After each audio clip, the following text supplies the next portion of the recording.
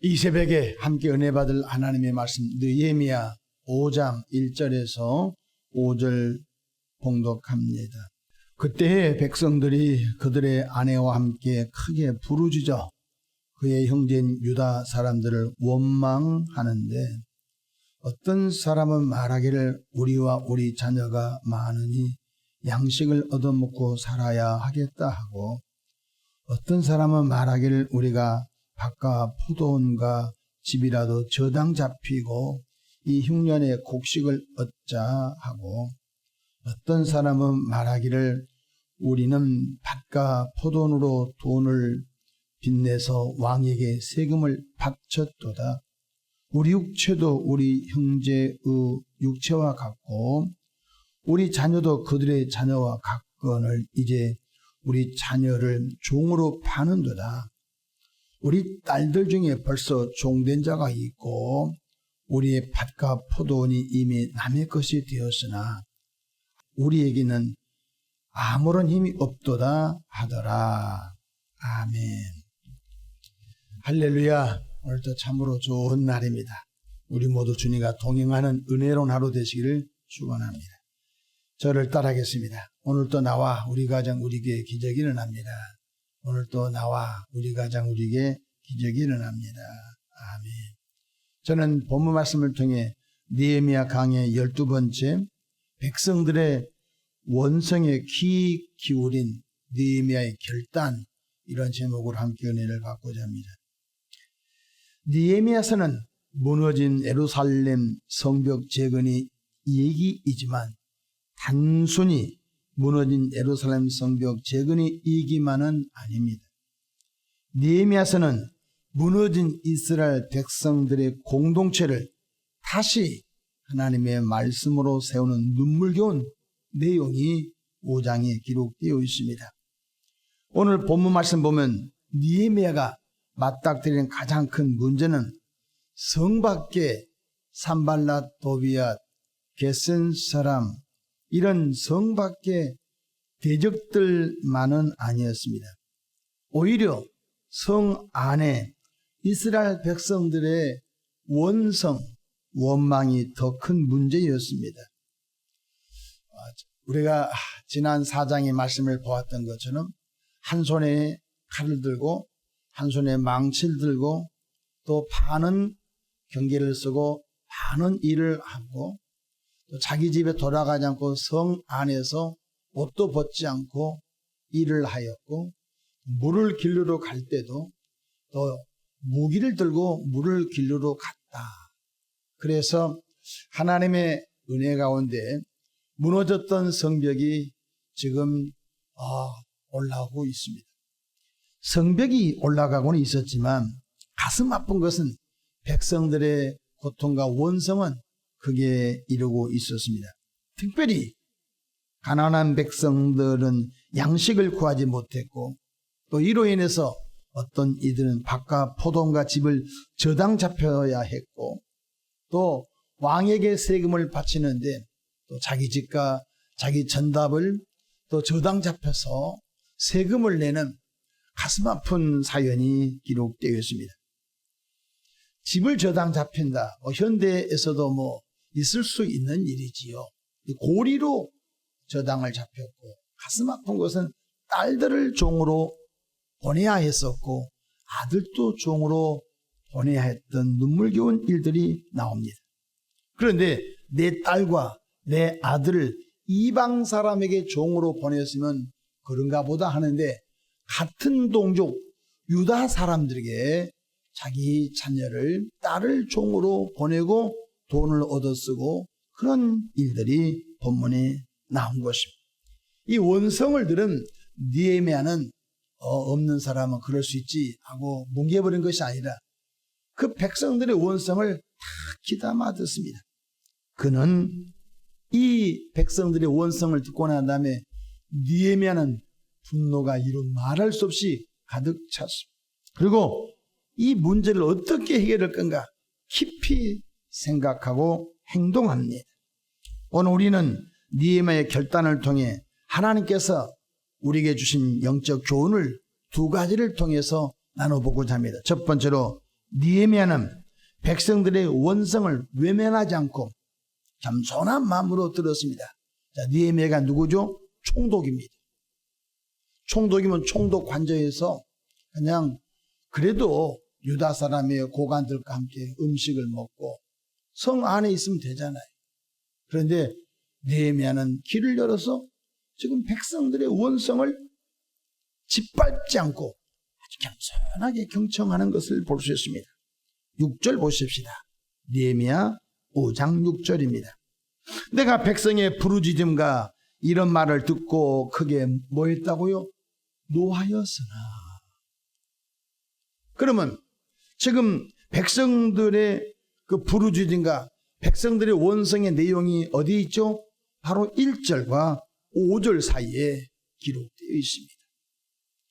자, 1절 다시 한번 보십시다. 그때에 백성들이 그들의 아내와 함께 크게 부르짖어 그들의 형제인 유다 사람들을 원망하는데, 야곱의 12지파 가운데 유다 지파가 있지요. 그런데 남유다는 유다와 베냐민 두 지파로 남유다가 구성되어 있고, 북이스라엘은 나머지 10지파가 북쪽에 나라를 이루었는데, 북이스라엘은 아수르에 의하여 멸망을 당하고, 남유다 제국은 바로 바벨론 제국에 의하여 나라가 흔적도 없이 사라져버렸죠. 그리고 바벨론으로 다 포로로 끌려갔고, 바벨론 제국에 의하여 철저하게 70년 동안 고난의 행군을 걷게 되지요. 그리고 바벨론 제국이 두 조각으로 메데란 나라와 파사란 나라로 나눠지죠. 파사가 지금으로 이란이죠. 이란이란 나라가 바벨론을 삼켜버렸고, 그리고 여전히 바벨론 제국이 있던 그 약소국을 다 파사 제국이 다 삼켜버렸죠. 근데 지금 파사 제국의 아닥사스다 왕의 술 맡은 관원장으로 있었던 느헤미야가 바로 예루살렘 총독으로 특별한 하나님 은혜를 입어서 성벽 재건으로 가게 되지요. 와서 보니까 무슨 일이 생기죠? 백성들은 능력을 당하고, 그리고 황폐하던 성을 바라보고 느헤미야가 울었지요. 3일 동안 밤낮으로 성을 밤에 다니면서 성을 보면서, 그리고 40개 팀으로 나누어서 성벽 지은 것을 할당해주고 밤낮으로 성벽을 지어 올리죠. 사실 가진 것이 없지요. 너무너무 힘들고 고통스럽고 가난을 벗삼아 살고 있는 그때에 그래도 유다 지파 사람들은 지도층이 있었습니다. 유다 지파 사람들은 약간 있었습니다.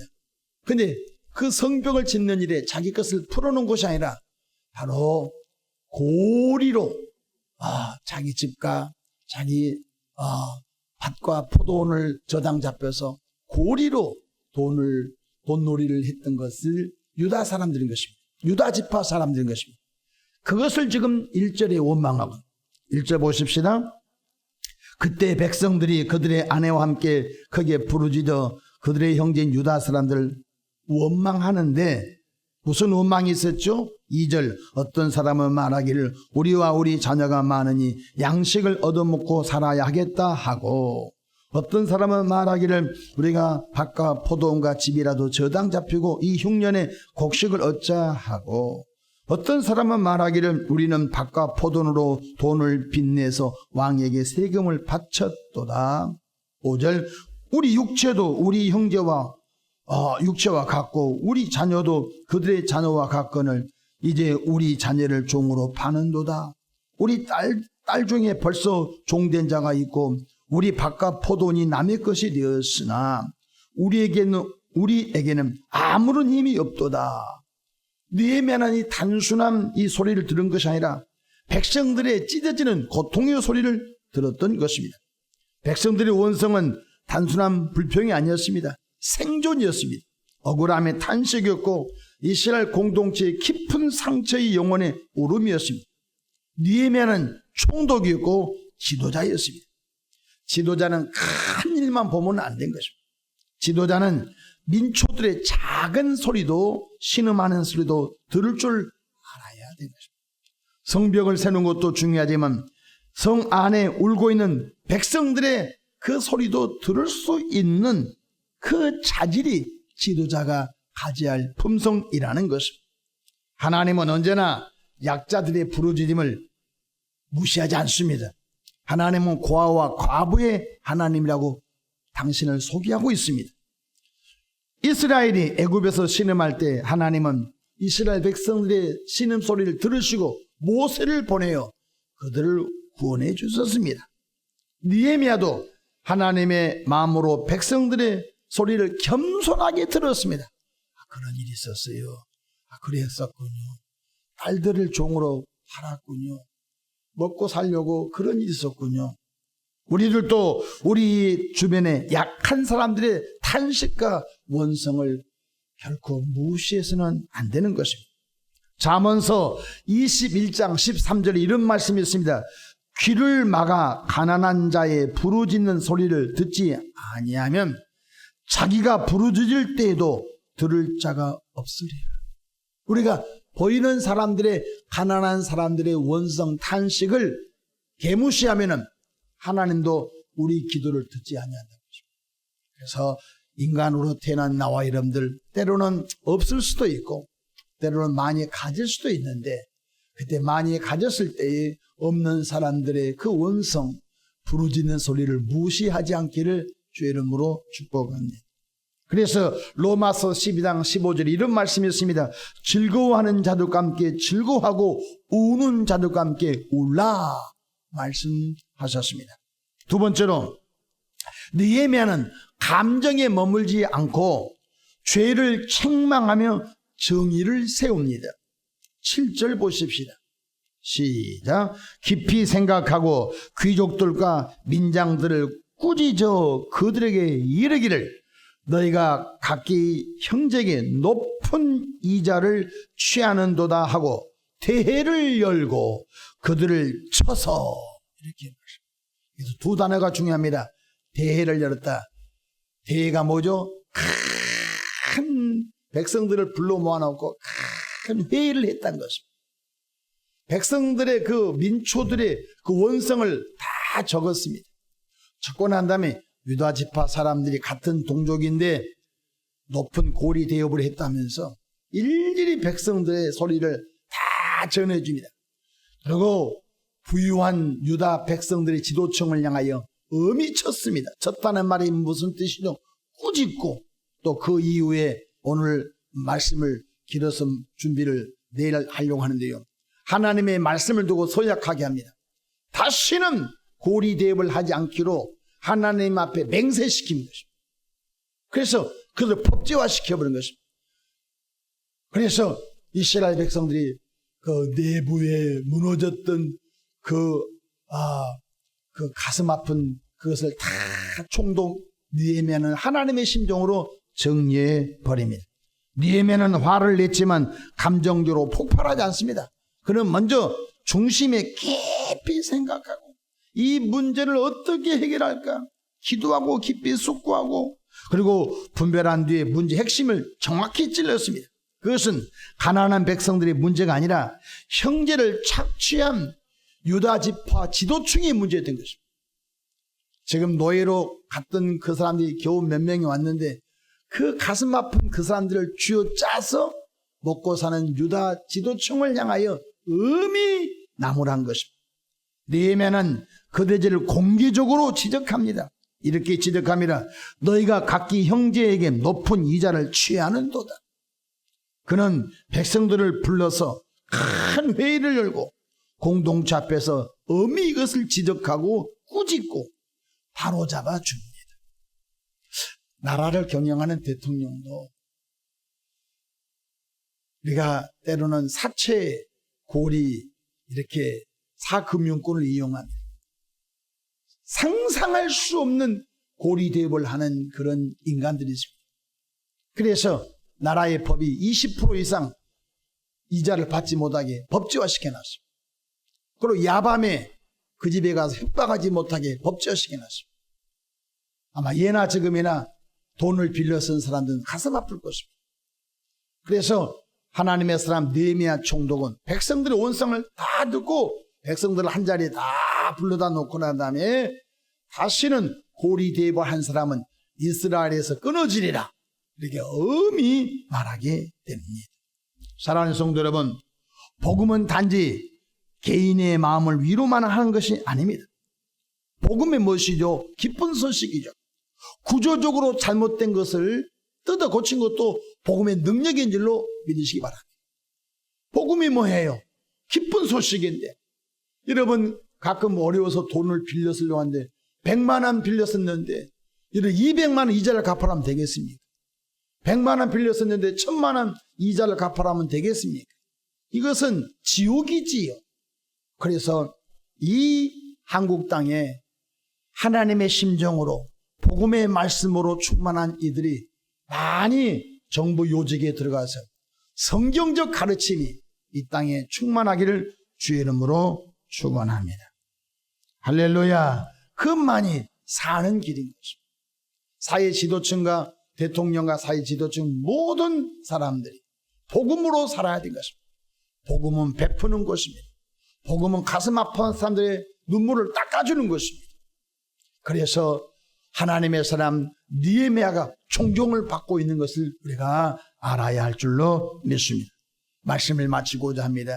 느헤미야는 성벽 쌓는 것도 중요했지만 백성들의 그 원망을 잘 귀담아 듣고 하나님의 뜻을 일궈낸 것을 깨닫기를 축복합니다. 기도하겠습니다. 좋으신 하나님 우리 아버지, 은혜와 크신 사랑을 인하여 감사를 올려드립니다.